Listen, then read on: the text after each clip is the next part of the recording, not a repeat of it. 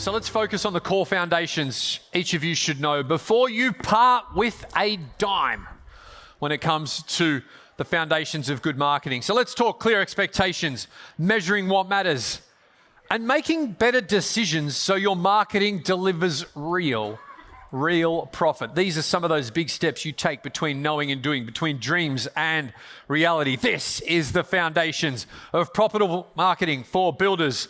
Sydney makes some noise. Emily Williams and Helena Timmie.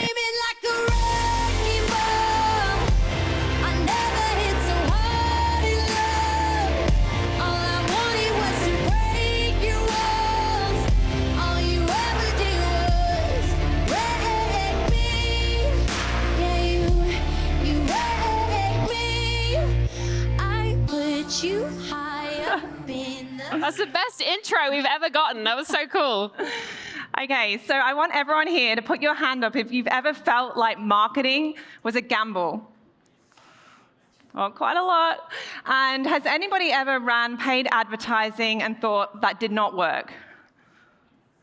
All right. And last but not least, has anybody ever thought, yep, that's important, but I'm going to worry about that later. I'll worry about marketing when things slow down. Few hands, yep. So almost all of you put your hand up for at least one of those things. And we're here today to talk to you about the 3 limiting beliefs that hold builders back from profitable marketing. So my name is Helena Timmie. And I am Emily Williams. We are co-founders of Arrow Agency, a digital marketing agency that specializes in residential construction marketing. And I'm going to pop this over here, work out the clicker. You're on clicker duty today? Yes. Alrighty, so first and foremost, I just had a baby, guys, 4 weeks ago. Thank you, I made her myself. So she's 4 weeks and 2 days today, so there were lots of tears at the airport as I left today, but there is nothing more important than the APB conference, and she'll understand that when she's older. So that's why I'm here today. I've also put up a picture because I'm hoping to garner a little bit of sympathy if I forget where I'm at. I've had very little sleep, so please be gentle with me. Yes, well done, Emily. You did Thank so you. well. So from all of the builders that Emily and I have had our whole career in marketing and in the construction space. And over that career, we've spoke with hundreds of builders. And these are the 3 limiting beliefs that we hear all the time. And so you're not alone if you've ever thought any of these things. And we want to talk to you today about these beliefs and how they drive unprofitable marketing. So let's get into the Arrow framework. Basically, at Arrow Agency, we believe that profitable digital marketing is underpinned by these 3 core principles. So having a strategy before you spend any money on marketing is the first one. The second is that you need to build trust with your potential client before you ask them or before you chase the inquiry. And the final one is around predictability before pressure. And that's about having an always-on marketing strategy that is predictable and delivers qualified leads consistently rather than feast and famine, relying on referrals. So there are 3 principles that we're going to talk about today to pillar this presentation. So let's get into it. Oh, and also we do have a checklist that's available at the end. So if anyone wants to assess where their marketing profitability is at. Yeah, you don't need to scribble down notes on all of this. Everything we talk about today is going to be in here and downloadable at the end, so you're all good. Yep. All right, so this is belief number 1 that we talked about at the start. Marketing is a gamble. So a lot of the builders that we talk to, they say it kind of feels like they're just throwing $100 bills in the pokies, hoping that something's going to come back. And that's a really, really scary place to be in. And actually, the scary thing about it is that it's true. If you don't have a strategy, if you're spending without a strategy, it is a gamble.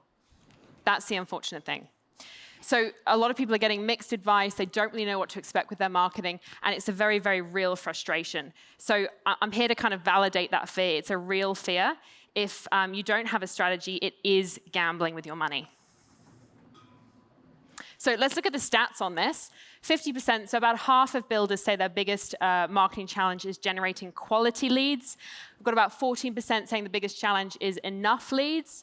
And 44% of those people are relying on word of mouth. So a lot of the builders that I spoke to today at the booth we have out there were telling me, oh, yeah, I've grown my business on word of mouth and referrals, which is fantastic. But what it's actually leading to is it's not a very controllable strategy with word of mouth. You can't force people to, refer you work. So the problem here is a lack of system. It's not a lack of opportunity. There's a lot of leads out there. But getting quality leads and getting control of that lead flow, that's the problem. So we work upon a 5-point framework when it comes to a profitable marketing strategy. And so these are the 5 points that you need to think about before you spend any money on marketing. And so the first is your goal. So you need to understand what you're trying to achieve through your marketing. And then basically after that, you've got to look at your buyer. So who are they? Not just demographics, psychographics. What do they do? Is it a family? Are they, renovating, extending? The more specific you can be about the person that you're trying to speak to, the more you can actually speak to them. If you try and speak to everyone, you end up speaking to no one. Next is positioning. So this is something that I come up against a lot. So I talk with a lot of builders, and they'll say to me, I really want to attract a client that wants to do a architectural renovation, $1 to $2 million. They've got a good disposable income. They're not borrowing money. And I think that's awesome. And the first thing I do is I have a look at their website. I go on their socials, and it's giving me average builder vibes. So there's just this misalignment between who they say they want to attract and what they're actually putting out there. So your positioning is so important. Once you've kind of landed on the goal, the buyer, and the positioning, the next thing really to think about is proof. So you've got these things lined up, but how can you prove to your future potential client that you can handle their work? So that's a really important piece. And finally, process. So once you've actually got all of these things in place, how are you going to qualify that lead? What process are they going through in the sales process? Are you going to have a call with them? Do you want to have a site meeting? But having a good standard process in place helps build trust right the way through the journey. So they're the 5 things that we would say make sure you really focus on before you spend $1 on marketing. Very nice, thank you. So that's all the strategy stuff. So this is an example of a builder, and I think he might be here. Is Chris from Tenfold Homes in the room? Yeah? Right there? Oh my God. Don't be shy, put your hand up. So this is an example of a builder that we've worked with and has done a really good job, particularly on that goal setting, and I'm going to make you blush here, the goal setting part of strategy. So beforehand, and I hope that you'll agree with everything we've put up here today, beforehand, spending some money without too much clarity maybe on what was going on, spending money unsure if it's worth it, and I think working quite long hours to follow up on a lot of leads that mostly might have been tire kickers. So that's an incredibly stressful, obviously, position to be in. You've got better things to be doing. And then you don't actually have the time to nurture the quality leads. So that's not a great position to be in. The shift here that Tenfold Homes did really well is they got strategic, particularly with their goals. They said, right, the first goal is, the defined goal here is booked out for 2026. That's what they wanted to do first with their marketing. And then they actually set a new goal once they'd have achieved that. So strategy is not a static kind of PDF that you keep in your desk. It's something that you need to reassess consistently. So they've reassessed here and went, right, now I'm ready for some larger project values. So it's a great example of goal setting. And what they actually achieved in all the work they did here was they halved their ad spend, and that's fantastic. The lead quality improved significantly. They got a bunch more followers across socials, which is a great knock-on effect from your advertising. And you're also spending less time on those really crappy leads. And as a business owner, as a builder, your time is such an important asset. So that's a really great example of the effect of being more strategic with your marketing. So to sum up this first belief that marketing is a gamble, and I know this is a little bit cheesy, but you wouldn't pour a slab without plans. You shouldn't be doing marketing without a strategy. So if you don't have a strategy in place, if you haven't looked at those 5 key tenets that Helena just talked about, you shouldn't be spending yet, because that is a gamble. Once you have those locked in, marketing stops being a gamble and it starts being part of your business strategy. So belief number 2, we did get a lot of hands for this one. Ads don't work.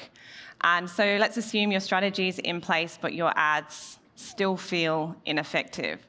So I'm going to ask for another show of hands, because we're trying to keep everyone awake today. We know it's the last session of the last day. I'm running on 4 hours sleep, guys, so get pumped. Put your hand up if you would spend $1.5 million with a builder that you'd never seen or heard of before, but you saw one ad on Facebook. Okay, and so that's the point that we're making here, is nobody does that. And so the belief is understandable, but ads are not meant to work like that. So we're going to show you how advertising for residential building clients actually works. And now some of you have probably heard of a customer journey before, and there's a lot of information on this slide, so please just bear with, I'll talk you through it all. But we always need to consider marketing as a journey, not a campaign. So marketing is very heavily talked about in campaign language. We run a campaign for this, we do a campaign for that. But what you want to really consider is it is the journey that your potential client goes on before they reach out to you. And so let's use Emily as an example. This is Emily. Emily is a future renovation customer. I did buy my first home last year. I think it was last year. I'm ready for some renos. I'm ready. So she's bought a home, she's living in a home, she's got a family, she's got a husband, and... Do I? Well, nearly. And so she's got about $800,000 potentially to spend. But at the very early stages, really all she's doing is, it's in a peripheral vision. She's like, oh, I noticed this beautiful home image over here. I've had a scroll on Instagram. I'm having a look at some paid social. I'm just watching videos, and I'm becoming aware of builders.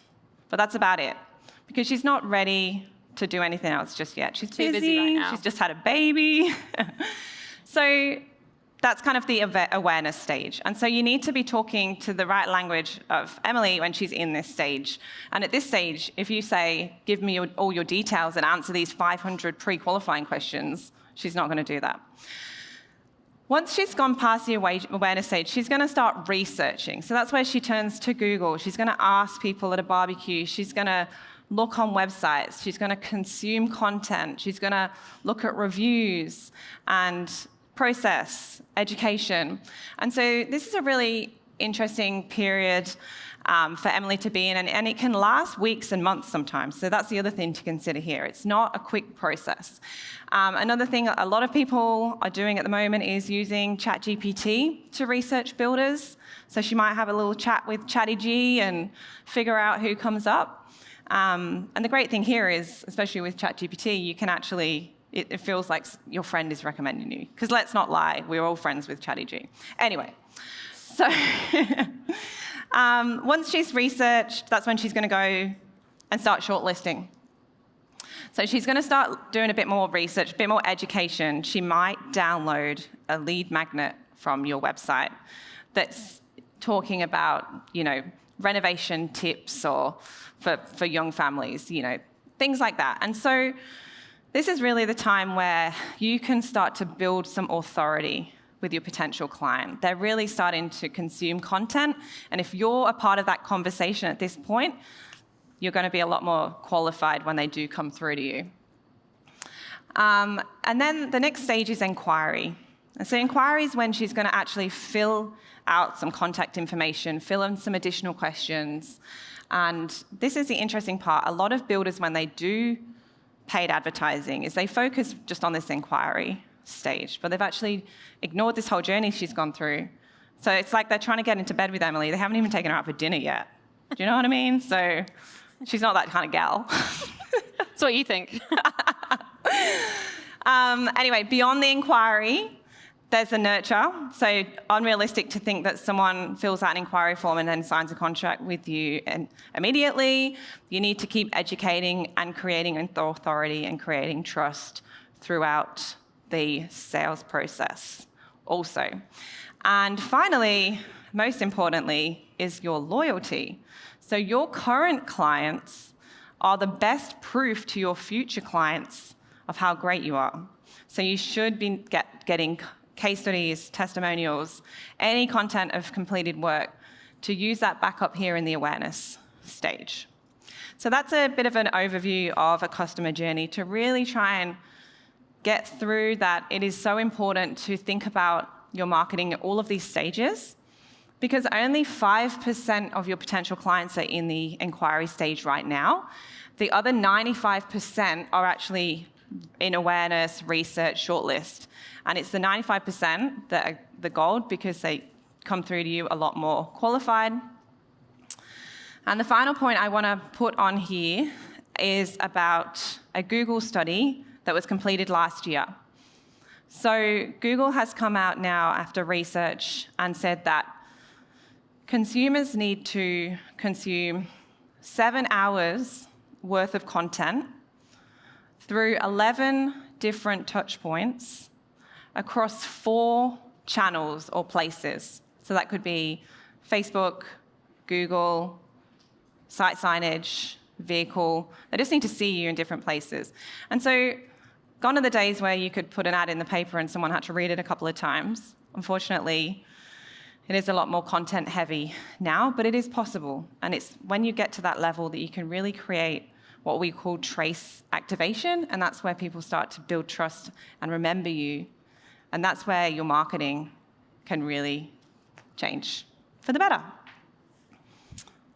Awesome. Thank you for that. So the last click trap. So we've just looked at how it's a journey for your potential leads coming through and how important that is. And what I want to talk about here, and this is a really important concept to understand, because if you can understand this concept, you're going to be much better equipped to make good decisions with the data that you have. So what this is talking about here, the last click trap, is that in the world of digital marketing, because everything's kind of online these days, most things, we have an awful lot of data about what people do online.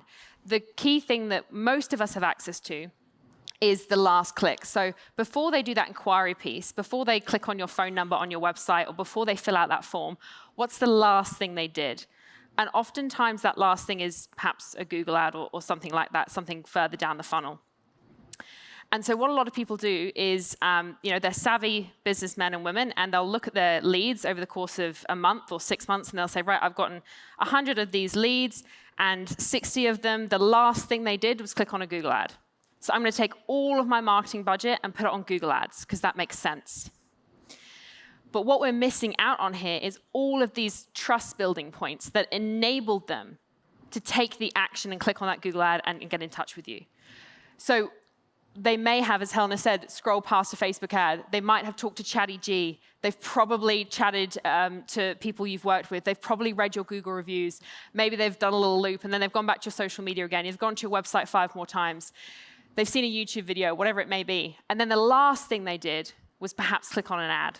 And everyone gets really passionate and upset about the last thing they did. But it doesn't tell the whole story. And until Amazon or Apple or someone puts chips in our heads and they can know exactly what we do, all we really have access to for most people is that last click. So it's important to understand that's a bit of a trap. And once again, you need to zoom out and see that for what it is, which is part of the journey. This is just another case study because we like to, prove what we're talking about. A building company that we work with on the Sunshine Coast, when they first came to us, they were running some Facebook ads, I think, and they were really focused on that inquiry, bottom of funnel, give me your details right now type situation. And they hadn't spent any time on any top of funnel, middle of funnel activity. So they weren't building any trust with their clients. So they were getting leads through, and they were getting a good amount of leads, but they were just, again, poor quality, wasting time.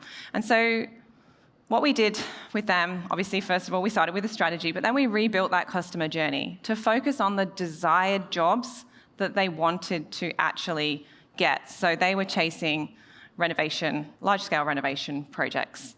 And so the difference from doing it that way and just having a more of a funnel built of content was that they started to generate more, obviously, qualified leads. That was the first thing. And then after that, obviously, we've got this marketing system and it's operational, it's working. And he turned around to us and he's like, I want to start building custom homes next year. This was last year. And we were like, okay, cool, we'll build out a funnel for custom homes and we'll start to nurture people early and put content out there to attract that type of client in. And he's just signed a $3 million custom home, which is his largest ever custom home. So worked for him. Awesome. So just to kind of drive this one home, you're not just running ads, you are building a pipeline. It's got lots of layers to it, and it's for those future buyers. So you've got to think about it in terms of building that trust before the inquiry. Yeah, it's kind of like people think about a pipeline of like your pipeline of leads or your pipeline of, jobs, but they don't think about the pipeline of people that haven't spoken to you yet. But that's also a pipeline. So really that mindset shift is something that can be really valuable.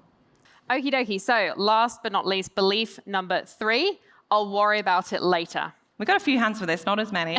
Not as many, and I think there's some porcupines going on because we get called all the time from people who they'll phone us up and they'll say, oh yeah, I've heard about you girls and yeah, I want to get going on my marketing, or I'm looking to spend some money on ads and whatnot. I'm doing a job right now, it's finishing in 3 weeks, and then I have nothing booked in and no leads. So you need to get going really quickly. And that's where we kind of just put the phone down and walk away because there's really nothing we can do at that point. It's way too late. It's not something that works in kind of 72 hours. So by the time you are worried about it, by the time you're thinking, okay, now is the time I will stop relying on referrals and I will start getting some marketing going because I've got nothing in the pipeline, it's already too late. So it's not a tap you can turn on and off. And that's really what we want to talk about here. We want to talk about marketing as a compounding asset. So a lot of times, as I say, people call us up and they'll say, well, can you just throw up some ads on a Friday, and then by Monday, I'll probably have some phone calls going on. You might get some phone calls. They might just be price checkers. You might get nothing.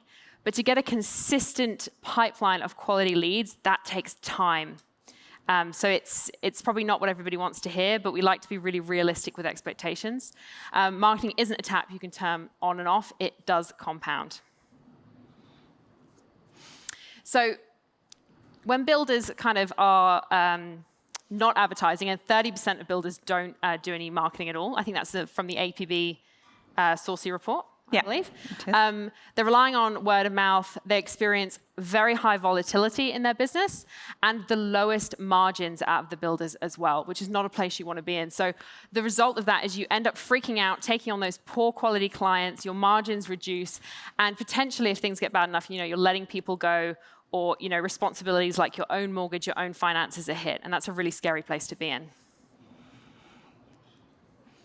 So we just want to talk to you a little bit about the phases of what we call the 3 phases of momentum, just to give you a bit of an idea of timeline around how long things should take, and obviously it depends on the type of projects that you are chasing. So we do tend to see that smaller renovation builds, obviously it's a faster sales cycle, a faster turnaround time, and cash flow sort of is a bit smoother. And then you've got like larger renovations, and then new homes obviously is a longer decision cycle and a longer sales cycle. So this is just a kind of a gauge across all 3. But with the first phase, so this is when your strategy is built, your campaigns go live, and your pipeline starts to form. And this is usually within the sort of first 1 to 6 months. And it's usually where most people quit because they do have inquiries, they are seeing activity, but they're usually not seeing the quality of the leads yet. Because as we talked about in the second point, people haven't come all the way through that journey yet. There's no brand that's been built yet. So they kind of quit at that point, but really it's when you sort of hit that 6-month mark that we start to see builders enter what we call the traction phase. And during the traction phase, your inquiries will rise, the quality of your inquiries will improve, and your reputation starts to compound, your cost per lead will come down. So there are quite a few benefits in that 6-month to 12-month mark, which, that's where people start to really feel good about it and they're sort of getting a momentum, and we keep, updating content, changing things. And then finally, the third phase is momentum. So this is where your inquiry becomes more consistent. You're forecasting sort of 3 to 6 months ahead. You can choose projects. And even to the builders here that are at capacity right now, you can use predictability to raise prices and increase profit margins.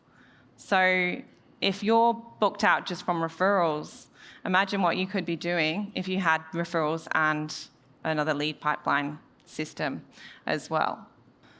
And that kind of leads us into a builder that we've been working with for 2 years now called Evermore Homes. They're a custom Hamptons builder up in Brisbane. They came to us and they're a pretty established building company, had a lot of work in the pipeline, but they were really concerned about the inconsistency of the inquiries when they came through. They were being reactive rather than proactive. They were switching around. They were doing campaigns rather than looking at the customer journey. And so what we worked with on them was shifting it to an always-on pipeline strategy. Now, this is where it's really become it's like gold for them.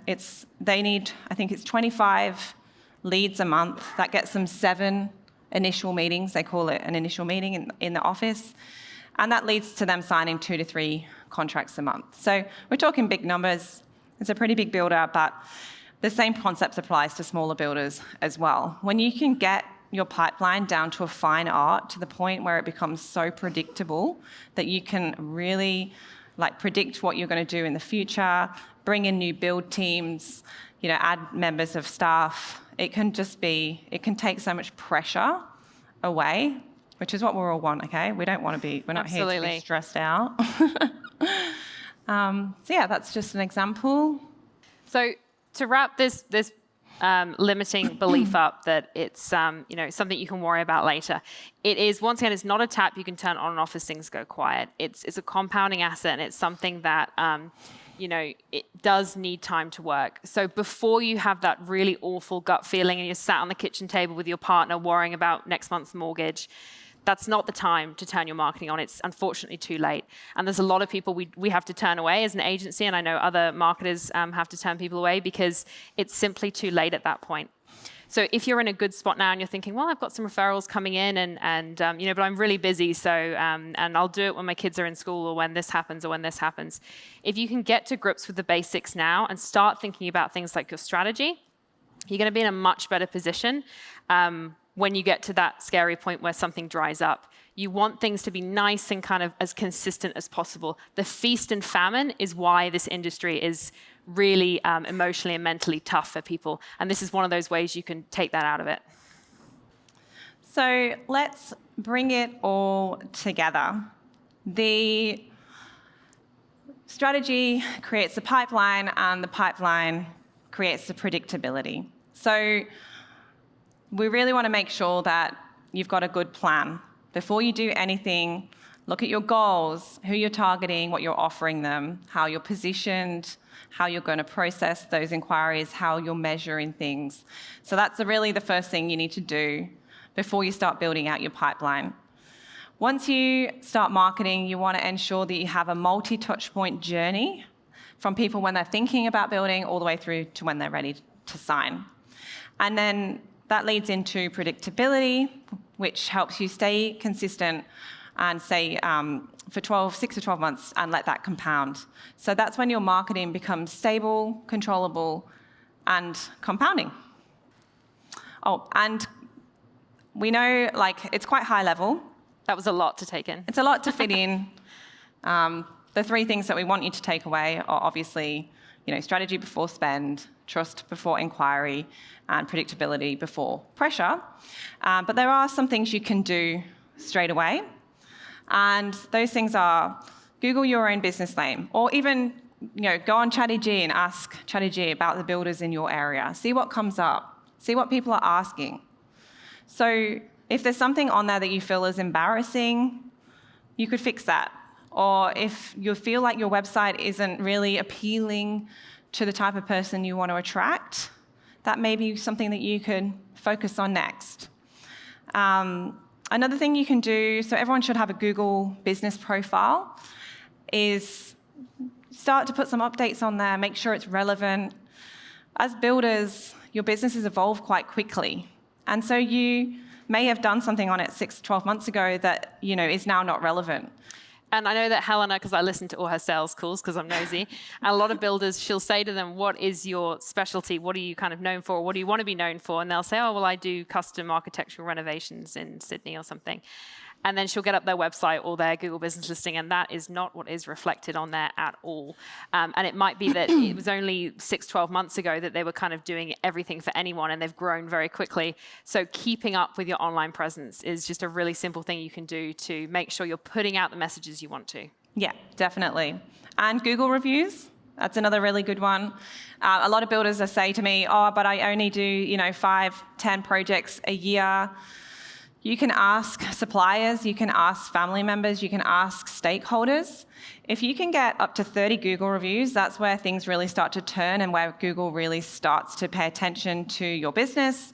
And on top of that, if you can get Google reviews or respond to Google reviews with keywords and questions that are relevant to your business, that can be really beneficial too. So if you're like, thank you, it was great doing your architectural renovation in, Such and a such. suburb, then you'll start to rank for that keyword, which is obviously a bonus.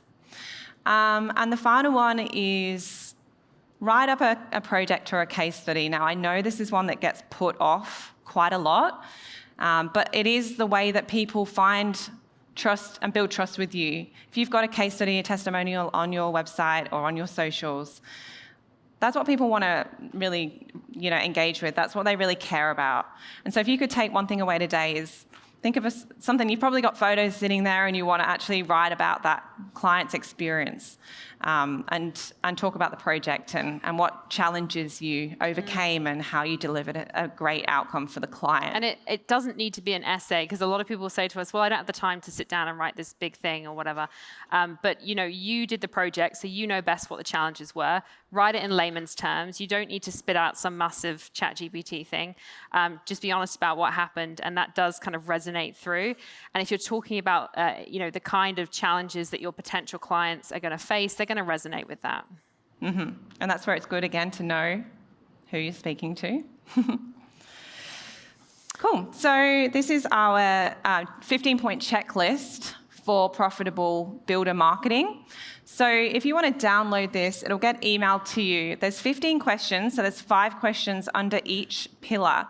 And it's going to help you identify the gaps in your marketing as it is right now and, give you a bit of an audit. And it should help you sort of be able to see where the holes are and how you can maybe start making some steps towards more profitable marketing. And that is the end of our presentation. We did save some time for questions because we know marketing is a hot topic and we want to be able to answer anything that you may have thought about while we've been talking. Does anyone have any questions? Well, first and foremost, join me in thanking the new mum as well. Emily is 4 weeks, 4-week-old at home. How good is that for 4 weeks? What a superstar.